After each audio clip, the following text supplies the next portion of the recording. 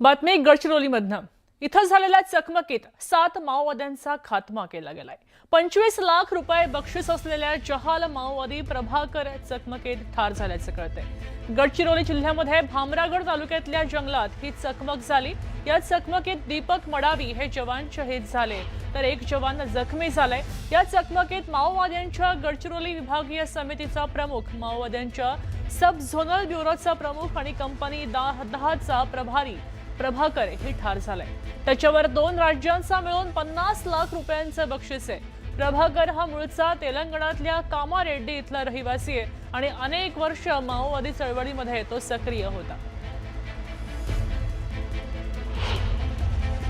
आता आपल्या साईडला म्हणजे महाराष्ट्र साईडला अगदी बोटावर मोजण्याइतके 3 किंवा 4 लोक त्यांचे राहिले आहेत। अजून छत्तीसगड साईडला काही आहेत, पण तेही मला वाटतं की ज्या वेगाने तिथेही काम चाललेलं आहे तिथेही याचा संपूर्णपणे खात्मा होईल।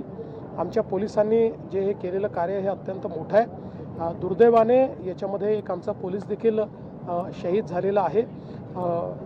खरं म्हणजे त्यांनी बुलेट प्रूफ जॅकेट घातलं होतं, पण त्याच्या अगदी जिथे ते संपतं अशा फार स्ट्रॅटेजिक ठिकाणी, असं फार क्वचित असं होतं की अशा ठिकाणी गोळी लागते, पण दुर्दैवाने इतका अंधार होता की त्याच्यामुळे ती गोळी लागली आणि ते शहीद झालेले आहेत। त्यांनाही मी या ठिकाणी आदरांजली अर्पित करतो आणि त्यांच्या कुटुंबाची पूर्ण काळजी आम्ही घेऊ।